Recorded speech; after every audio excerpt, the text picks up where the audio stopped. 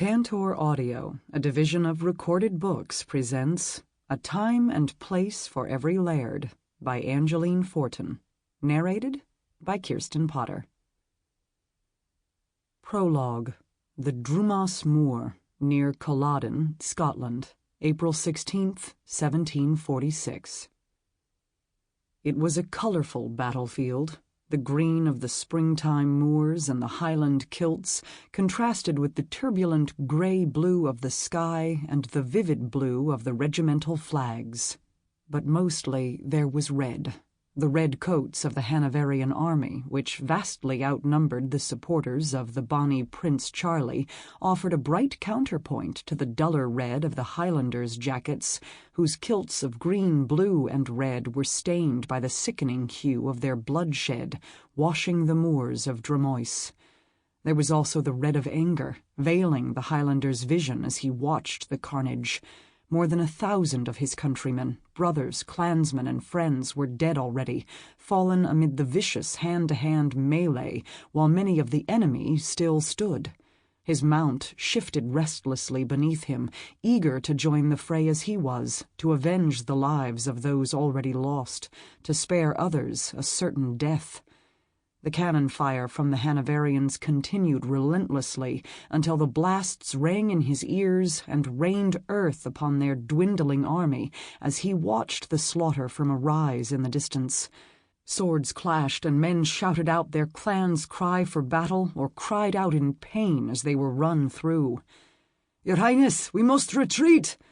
The words were neither his own nor directed at him, but as they were spoken the Highlander's jaw clenched in denial. Mayhap they should. If they could not save or avenge, fleeing this ill-conceived catastrophe was one of few options remaining. But he was a Highlander, by blood and by right. The blood of his ancestors raging in his veins demanded that he not accept defeat. Their forces on the left flank had not joined the fight that was ripping apart their countrymen by cannon fire and sword. Their main attack had been forced by soft ground to push right, and was now pressed from both sides, with no escape from the slaughter, and the combat had waged for no more than half an hour thus far. At this rate, the battle would be lost in the same amount more. He couldn't stand it. He hadn't wanted it. This Jacobite cause wasn't his own, but he was a man who supported his clan, supported the uncle who had called him to arms.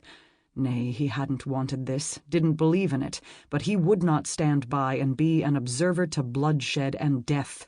His own pristine jacket red as well, but not dyed so by the blood of brother or foe. His mount shifted under the clenching of his thighs and started forward as he unsheathed his mighty claymore. "Nay, cousin," a voice shouted over the din, "ye deny hattie." "Aye, Keir, I do," the Highlander ground out, and spurred his mount into a gallop as he headed into war.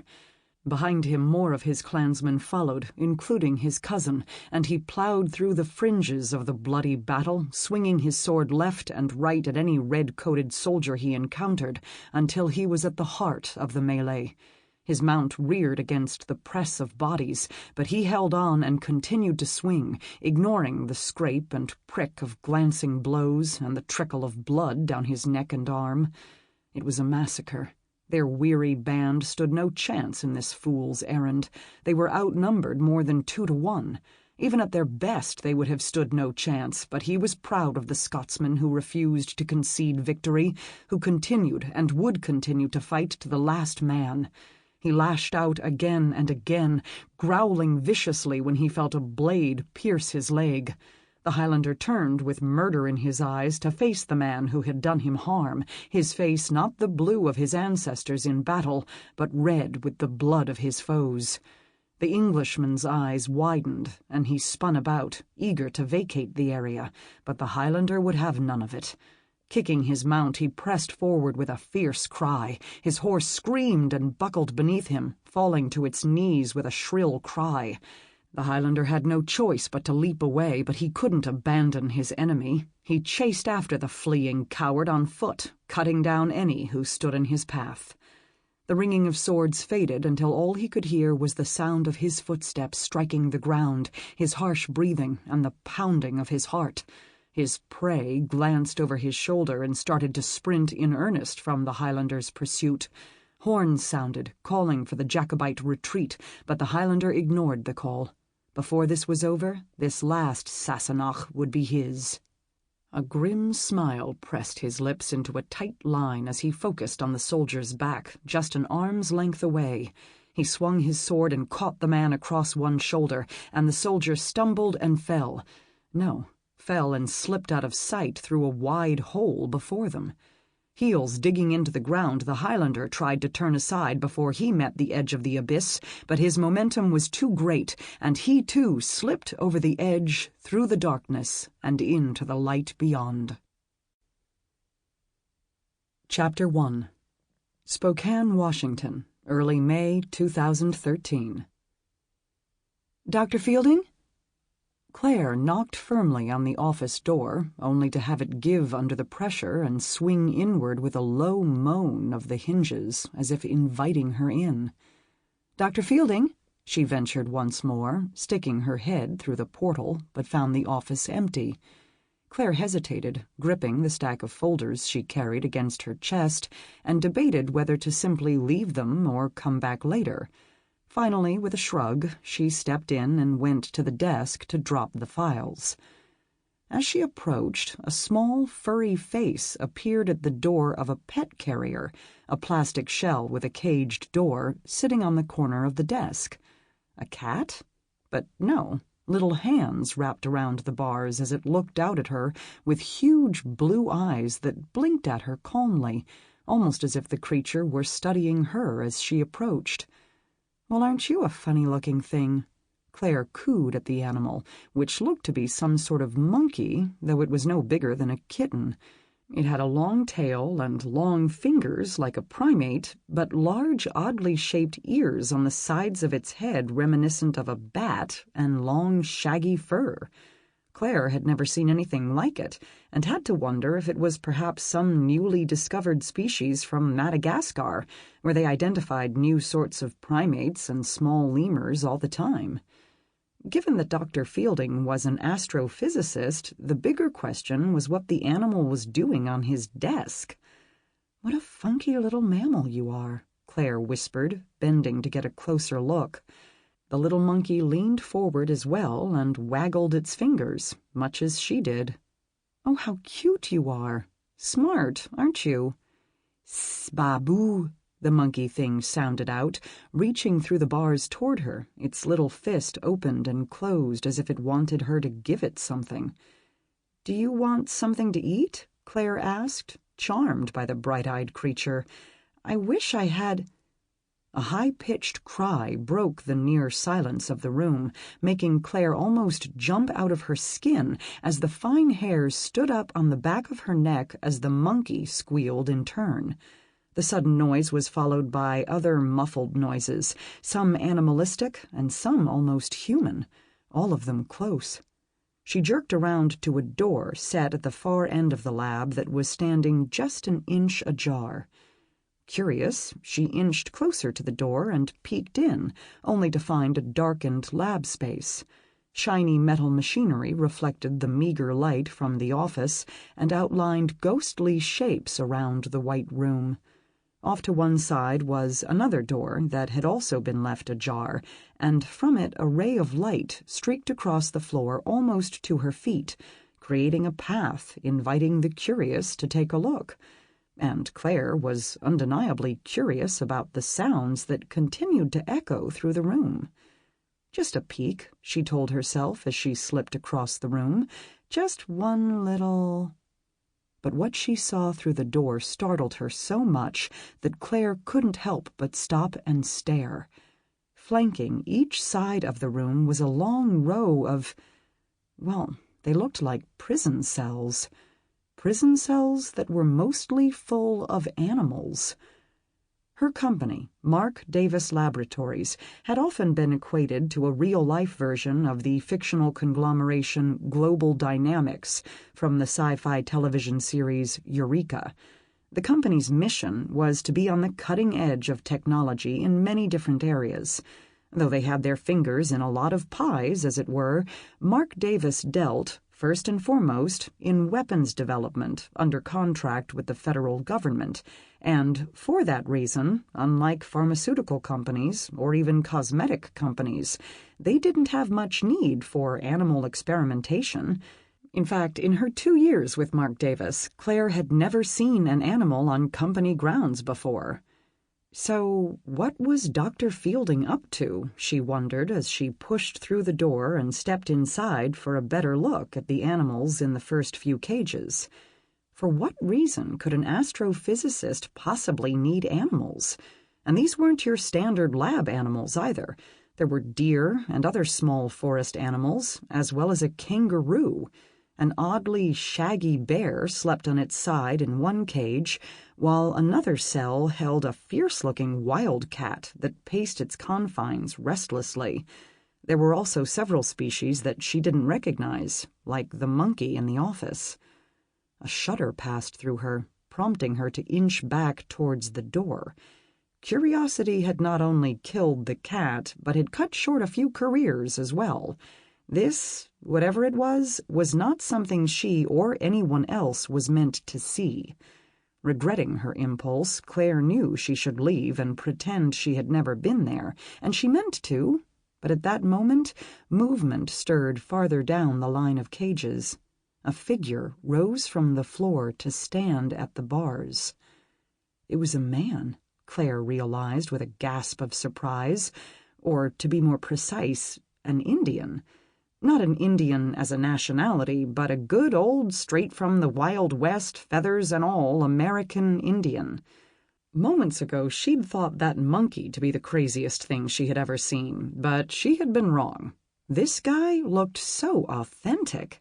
He was dressed in a leather breechcloth. His bare chest was darkly bronzed and covered with scars as well as filth, and was that the dull shine of oil or grease?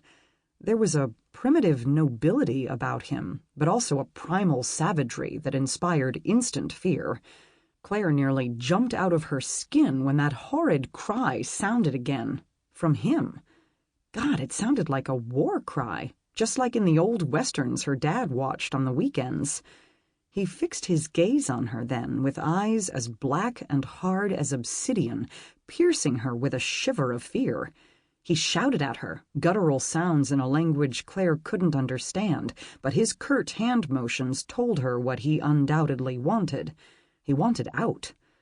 Eyes wide, she inched back, shaking her head in automatic denial. There was no way she was going to be the one to release that angry man, and it wasn't based on prejudice against his race or anything at all like that. No, only a mad woman would unlock the door and release someone who looked that pissed off. He read her shaking head correctly, and his scowl deepened even further. He barked at her again, motioning insistently to the door. A faint terror took a hold of Claire, and she edged back another step toward the door. This was all too crazy for words. 1,000 questions were crowding her mind, begging for answers. Who? Why? How? But Claire knew they were questions she couldn't ask of anyone she met. Her natural inquisitiveness had gotten the better of her this time, and she'd stepped into something that was way bigger than a few stray animals. Backing off another step with the intention of fleeing the room and forgetting what she had just seen, another figure appeared at the bars of a cage farther down the row and opposite the Indian. Another man. This man was larger than the Indian, but just as grimy and mangy. His dark hair and beard were long and matted, his face so dirty it was difficult to see that there was human flesh beneath. He was dressed in a bloody, torn, tan shirt and... was that a kilt? Was he Scottish? If he was so dirtied and bloodied that it was difficult to tell. His nostrils flared and his lip curled, his heavy eyebrows parted only by the vertical furrow between them when his gaze pierced hers. There was anger in this man, just as there was in the Indian, though he was perhaps even more terrifying without the restraint and nobility of the Native American. He was wild, untamed. Claire's heart raced unexpectedly, pounding against her ribcage. Fear. Panic? She couldn't define what she felt, but even as her pulse quickened, the anger faded just as rapidly from his vivid blue eyes. Frustration remained, and maybe a touch of sadness and defeat. When he spoke again, his voice was grating but soft. Surprisingly, her first thought was that she'd thought they spoke English in Scotland. Claire couldn't comprehend his words, but neither did she ask him to repeat them. As with the Indian, she knew what he was asking. Inexplicably, her first impulse was to comply. She even took a hesitant step forward before she realized what she was about. "I can't," she whispered with a shake of her head, not even certain that he would understand her any better than she understood him. Even if she were to unlock the cells somehow, there was no way for him to escape the facility. There were coded locks, guards, and cameras everywhere. Thinking of the security cameras, she glanced overhead at the camera mounted above the door, aware that both men's eyes followed hers. Were they intelligent enough to realize that they didn't stand a chance? "Please." Claire's eyes widened at the sound of the word. Had she heard that right? Was he speaking English now? Glancing back at the Indian, she tried to determine whether he had understood as well, but that warrior's gaze was still as dark and fiery as the depths of hell. The bigger man waited more patiently, but there was desperation in his eyes, pleading. Claire's heart ached. Whoever he was, whatever he was, he didn't deserve this. "I don't know.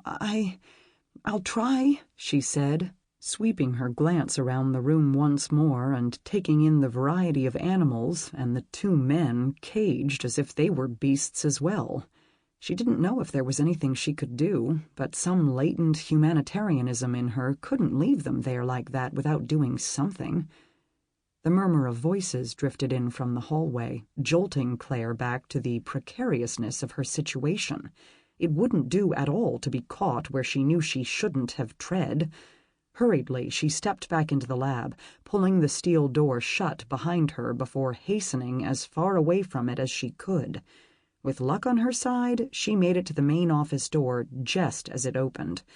"Oh, Dr. Fielding, Marty asked me to drop off these files you needed. They're on your desk." "Thank you." "Claire," she supplied.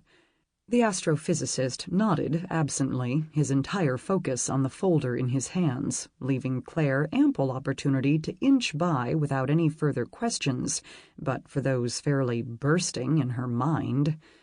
Inhaling deeply to calm her racing heart, she dashed into the hall, nearly tripping on the ragged mop head sweeping across the tiled floor. "Careful on there, lass." The custodian wielding the mop caught her as she staggered forward, steadying her and lifting her away from the pool of sudsy water on the floor. For such a stooped, elderly man, he had a surprisingly strong arm. "You didn't want to step in something you shouldn't." "I'm afraid I might have already." Chapter 2. "Claire! Hello!" Claire looked up to find her friend Darcy Washington looking down at her with a frown. "You've got a mark on your forehead, you know," she continued when Claire didn't speak. Reaching up, Claire rubbed her forehead. Of course she had a spot there. She'd been face down on her desk, numbed with shock over her recent encounter. "Come on, girl, it's time for lunch." Claire blinked up at her friend and then at the clock in surprise. For more than an hour, she'd been trying to figure out what Dr. Fielding might possibly be working on that had him keeping specimens of any sort in his lab, let alone human ones, but so far had been unable to even hypothesize a single logical explanation. Mark Davis Laboratories was awash with top-secret activities, but in reality, most of them weren't that big a mystery to those working on campus. Grabbing her purse, she rose and trailed Darcy out of the building before coming alongside her. Like fictional Eureka, Mark Davis was a sprawling campus rather than just one building. Since the higher-ups preferred to keep their employees from having reason to leave work, there were places to eat, a gym with a swimming pool, daycare facilities, a small medical office, and even a post office housed within the corporate confines. Inside the dozen buildings, there was a honeycomb of sectors working on everything from ballistics to bombs. Claire's sector worked in the development of ultrasonic weaponry, or USW. USWs employed focused beams of sound as a weapon in the form of bullets, grenades, or mines. This was one of the many projects helping to make science fiction into science fact. As they walked down the sidewalk and around a tiny park surrounded by buildings on their way to the cafeteria, she continued to rub her forehead, trying to rationalize what she had seen, but still couldn't think of a single project in the works that used animal testing, or human. Of course, there were many levels of security clearance at play in the company, but regardless of the secrecy of any project in the works, there was always some gossip in the company cafeteria. Whatever secrets Fielding was keeping, he was keeping them well. Still, she couldn't help but ask Darcy if she'd heard anything. "I suppose you think Todd probably said something," Darcy grimaced, referring to her former boyfriend, who worked in Fielding's sector. "Did he?" "Just pillow talk," Darcy confessed in a whisper. "Todd never told me exactly what they're working on, but I do know that whatever it is, they are failing miserably. Billions of dollars given to them by INSCOM and nothing to show for it." "INSCOM?" "Army Intelligence and Security Command," her friend explained the acronym. "I know, I had never heard of them either, but apparently they're like the black ops of Army intelligence. Todd said Fielding's so afraid of losing his funding that each night at Riley's he cries like a baby into his beer. That's what you get for putting an astrophysicist in charge of a weapons division, I say." Claire wasn't interested in Fielding's decline into academic depression, however. "He never said anything else?" "Just that it had something to do with surveillance, I think." Darcy shrugged as they entered the cafeteria building, which was similar to a shopping mall food court with several different choices of foods. There was a grill with burgers and chicken, a bistro with soups, sandwiches, and the like, a bakery with fresh bagels, donuts, and pastries for early morning arrivers, a new sushi bar that had opened just the week before, and even a Starbucks. Claire and Darcy went by rote to the bistro's salad bar, picking up trays, plates, and utensils. Surveillance? Surveillance, in military speak, often translated to spying, and with the project being funded by this INSCOM, that made sense. But even so, how would that result in a lab full of caged beings? Claire scooped up a small amount of baby spinach onto her plate with a wrinkled nose.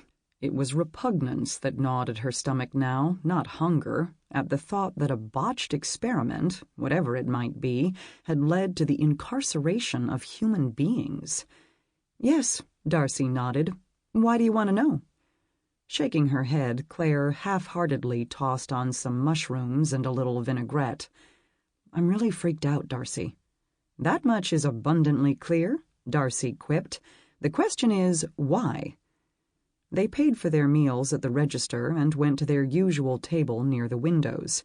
In the distance, Claire could see the mountains of the coastal ranges in Washington state.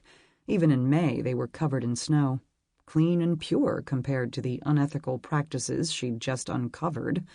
Glancing around, she answered in low tones, "I was in Dr. Fielding's lab today and saw some animals there." "What were you doing over there?" was the first thing Darcy wanted to know. "I was getting coffee this morning," Claire explained, gesturing toward the Starbucks numbly. "I was talking with Marcia. Do you know Marcia? Anyway, she got a call from her son's school saying that he was running a fever and asking her to come pick him up. She had a stack of files with her and asked me to drop them off in Dr. Fielding's office so she could leave right away." "She shouldn't have done that," Darcy pointed out, only to receive Claire's arch look that mutely stated, "No kidding," in response. "Fine, no lecture. What kind of animals are we talking here? Lab mice?" Darcy speared a green pepper before popping it in her mouth, but Claire only nudged her salad around her plate. "Bigger," she mumbled. What could he possibly be doing that he would need specimens? "Specimens?" Darcy asked with more focused curiosity. "More than mice?" Claire snorted softly and glumly nodded her head. "Bunnies?" Darcy's voice had taken on an edge of hope that Claire knew was little more than denial rearing its head. It was nothing compared to the misery that had been eating at her. She'd never considered herself an ardent humanitarian before. She'd cried for the troubles in other countries, the poor, the hungry, but thought America had enough troubles of its own to focus on. She gave to St. Jude's and to the Wounded Warriors Project, volunteered her time at the local animal shelter, and did what she could to be the change she wanted to see in the world, but had always inwardly acknowledged that the influence of one person was negligible in changing the fate of many, animals or human. For the first time, she wanted to truly save someone specific. She needed to do it. This went beyond wrongful imprisonment. Those men! Claire couldn't even contemplate how they had come to be there, but neither one of them probably had a clue as to what had happened to them. Not just bunnies, Darcy. She poked at her salad again before pushing the plate away. There are men in that lab. 2 of them. Men? Darcy squeaked, then lowered her voice to a whisper. Like human men? Are there any other kind? But not just like the guy next door. One is an Indian, a Native American. You should see him. Claire paused. Darcy, there's no way he's from here. Here as in Washington? No, here as in now, Claire said, voicing the truth that was becoming clear to her, no matter how preposterous it sounded. He's from a different time. He has to be. No one, not the most brilliant costume designer in the world, could come up with something like that. That's ridiculous, Claire, Darcy protested before digging back into her salad. You're talking about time travel? It isn't possible. Really, Claire scoffed. Would a time machine really be the most unbelievable thing that came out of this place? Your projects are right up there with Star Trek, aren't they? Why not something out of Doctor Who? Darcy's team was developing the next generation of orbital weaponry, weapons effective in the vacuum of outer space, should the world ever come to that.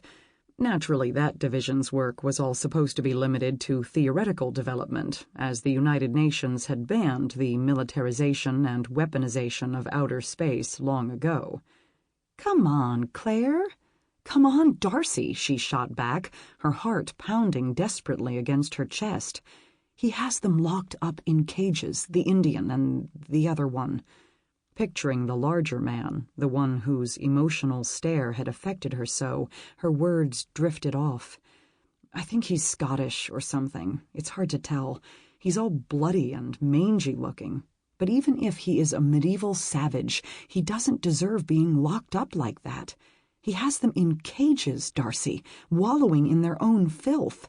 This is bigger than the ACLU or PETA here. We need to do something. Wide-eyed, Darcy shook her head in denial. We? No. I need this job. I can't afford to do something stupid. Stupid? Claire asked incredulously. It's not stupid to save a life. Oh, Claire, the other woman moaned. You know the kind of security they have in there. There's just no way. I know. And she did. Hadn't she thought the same back in Dr. Fielding's lab? But what else could she do? Just stand aside and let the men rot in those cells? There must be something, some authority we could report it to. Really? Darcy scoffed at that. If these 2 men are really from another time, and I'm not saying they are, who do you think would take them without treating them like a science experiment? Darcy had a point there, and Claire knew it. Go home, Claire. Get out of here before you do something stupid. After a good night's sleep, you'll realize that you just need to keep your head down and forget about what you saw. I can't just forget. You had better. And don't you be calling the ACLU. Chapter 3. If Darcy was right about anything, it was that Claire needed to get out of there and clear her head. Giving up on her lunch, she told her supervisor that she was going home with a headache and left the building. but she could not erase the image of that prison, those 2 long rows of cages. It was one... Sample complete. Ready to continue?